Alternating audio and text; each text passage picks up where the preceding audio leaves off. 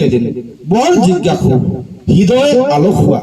হে সেউজীয়া পাতৰ আঁৰটো বিচাৰি ফুৰে সেউজীয়া জীৱনৰ আঁৰত জীৱন কি দিলোঁ মই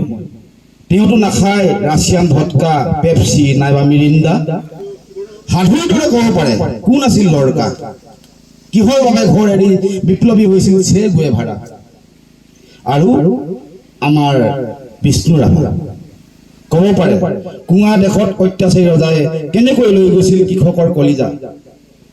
প্ৰেম তেওঁৰ প্ৰিয় নিচা সোঁহাতৰ পকেট উদং তলি দেখা কান্ধত নাম মাত্ৰ নাই ভাৱৰ জলুঙা তথাপি খবৰ সোধে সাগৰিকা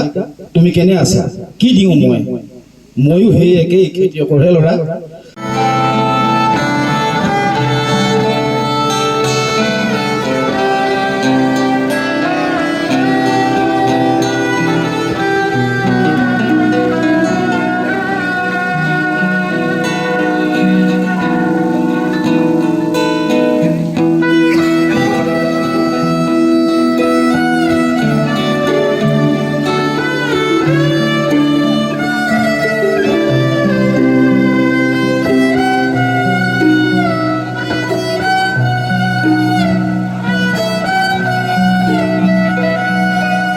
না আচলতে জুবিন গাৰ্গ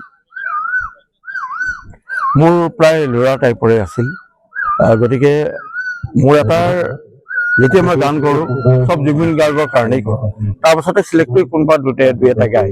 কিন্তু মেক্সিমাম গায় এটা গানত যদি আগতে আমি কেছেটত 8টা গান থাকে তাৰে 6টা গানেই জুবিন গাৰ্গে গায় দুটাই বেলেগে গায় গতিকে দুখ লগাটো স্বাভাৱিক তেনেকুৱা এটা প্ৰতিভা আকৌ আমি মানে অসমে 1000 বছৰ পাছতো নাপাব তাৰমানে গতিকে আমি তেওঁৰ আত্মাক সদায় শ্ৰদ্ধা জনাইছোঁ শ্ৰদ্ধা জনাম থাকিবই অসমীয়া যেতিয়ালৈকে অসমখন থাকে তেতিয়ালৈকে জুবিন গাৰ্গ থাকিব আমাৰ ন্যায় ন্যায়টো আমি কিমান ন্যায় কথা বহু টিভি চেনেলত গ'লোঁ কিবা অনুষ্ঠানত গ'লোঁ সদায় এই কথাই ক'বলৈ কয় এই কথা আমি মুখেৰে কোৱা বাহিৰেতো আমাৰ একো নাই আমি ভবাৰ বাদেতো একো নাই কিন্তু যি কৰিব তেওঁলোকে যদি এই ক্ষেত্ৰত আগ নাবাঢ়ে তেতিয়া আমি কি কৰিম বাৰু গতিকে আমি এটাই কথা জানো সত্য সদায় হয় জুবিনে ন্যায় পাবই এদিন কাব্যধ্বনি ৰাষ্ট্ৰীয় কবি সন্মিলন আমাৰ এই বন্ধু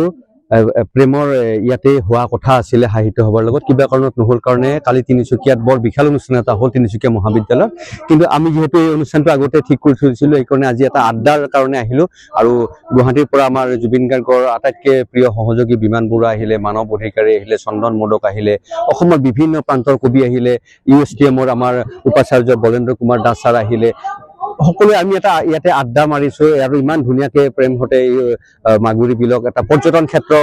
কৰিবলৈ চেষ্টা কৰি আছে সেইকাৰণে চৰকাৰক আমি আহ্বান জনাইছোঁ যে পষ্টমেলনকো মাতক প্ৰিয়ংকা ভৰালীলৈকো পৰ্যটনৰ আপোনালোকে এম্বেচেডৰ বনাওক কিন্তু এই যে অসমীয়া ডেকা ল'ৰাবিলাকে নিজৰ ধন ভাঙি এনেকুৱা কাম কৰি আছে সেই কামকো আপোনালোকে উৎসাহিত কৰক ইয়াতে যদি কিবা ফাণ্ড আছে ফাণ্ডবিলাক দিয়ক তেখেতসকলক কাৰণ তেখেতসকলে খুব আন্তৰিকতাৰে কৰি আছে অসমৰ পৰ্যটন ক্ষেত্ৰক উন্নতি কৰাৰ কাৰণে মই মুখ্যমন্ত্ৰী মহোদয়কো আহ্বান জনাইছোঁ প্ৰেমহঁতক আপোনালোকে সহযোগিতা কৰক আমাৰ যিগৰাকী বিধায়ক আছে বৰ্তমানৰ তেখেতকো আহ্বান জনাইছোঁ যে ইমান সুন্দৰ এটা ঠাই পৰ্যটন ক্ষেত্ৰ হিচাপে ইয়াৰ যথেষ্ট গুৰুত্ব আছে অসমত আৰু আজি আমি এটা এজেঞ্চিক গুৱাহাটীৰ পৰা লৈ আহিছোঁ আমি এটা চুক্তি হ'ব গতিকে আমি ব্যক্তিগতভাৱে কিয় কৰিব লাগে এখন চৰকাৰ থকাৰ পিছত আৰু চৰকাৰে ইমান পৰ্যটন ক্ষেত্ৰত গুৰুত্ব দি আছে গতিকে প্ৰেমহঁতৰ লগত চৰকাৰে সহযোগিতা কৰক আমি চৰকাৰক সেইটো আহ্বান জনাইছোঁ